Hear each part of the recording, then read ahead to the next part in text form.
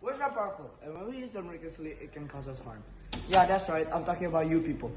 Guess what? Verbal violence. Those time when we interact and talk with our friends. Yes, that is called interacting verbally. But this is more worse than interacting verbally. This is verbal violence. Verbal violence is like you hitting and hurting, offending, and even bullying with your own words. Well, that is really disrespectful. And I will say, I totally agree. I know you guys have ever did at least one time or even many times the act of verbal violence. Yeah, I see you behind that phone, and I will admit it too. I also do it sometimes. But I have come to realize I should really stop. So that's why this video is for you who keeps doing that to other people, because we should be kinder to others.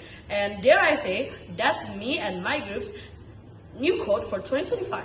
If we ever break it, please do remind me or us. Hello, Edwin. Welcome to my therapy session. What brings you here? Well, I'm trying to seek some help because I'm being bombarded with the act of verbal violence from people around me. Can you please help me? Well, for starters, you'll be experiencing some emotional gaslights. What does that mean, bro? It means people may be using humiliating words through what seems to be harmless but carries harmful meanings. Do you feel like you've been joked around by like that? And most of the times, my friends do say something like that, maybe like jokes, but I feel like I can't really take it anymore. It's okay, Edric. It's completely fine to let out all of your emotions.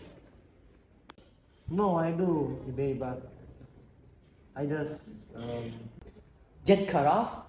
Or silenced? I reckon. yes, sadly. Well, a way to comprehend the verbal violence, try to at least report the violence to the teachers or an elderly person to sort things out for you. And lastly, to encourage you to keep going, I want you to avoid these types of actions, okay? Okay. Alright, thank you. Okay, thank you, Edric. That's all for this session. You may leave now.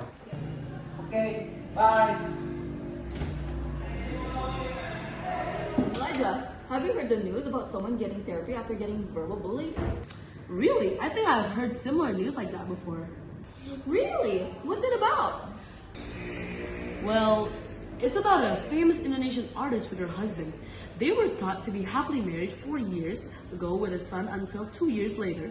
They got divorced because the wife experiencing verbal violence from her husband. You can look it up here.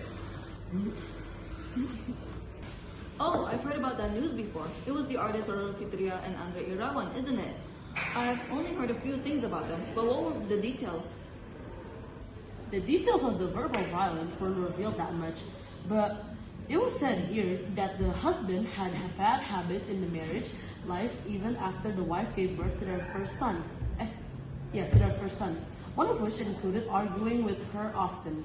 Roro also said that Andre lied to her many times and feeling blamed when his workshop and cafe business was closed. Really? I've only heard about the husband side of the story.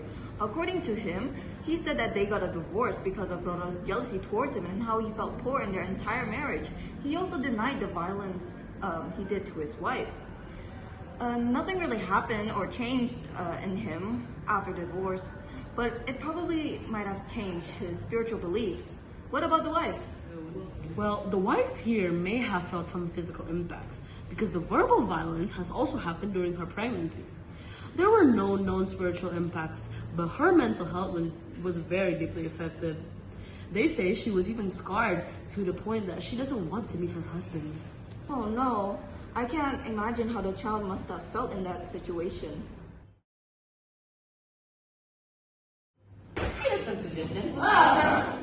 If a child sees one parent verbally abusing the other, they should tell another family member or the authorities if it ever went too far.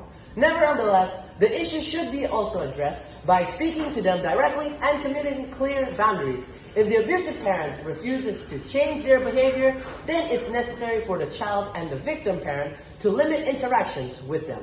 However, the child should not be directly involved, as this is for the parents to handle. Thanks, I guess. Hello lads, this case from Indonesia is just one example of verbal violence. This verbal violence can deeply impact lives, mental, physical, and spiritual. Unfortunately, many similar incidents go unnoticed or undressed. Because of that, victims may suffer a long carrying emotional scars for their many years. With how society has become, victims are scared to speak up due to the lack of support or normalization to harsh words. Verbal violence does not just hurt for a moment, it leaves lasting emotional and psychological effects in your deep, harsh lives. But while words can harm others, they can also heal. So how can we help make a difference? Which is to think before you speak, because words have an impact. If you see verbal violence, don't stay silent, stand up against it. Choose words that can build others up, not break them down. Support those who have been hurt or affected, because even with small kindness can make a difference. Every word matters.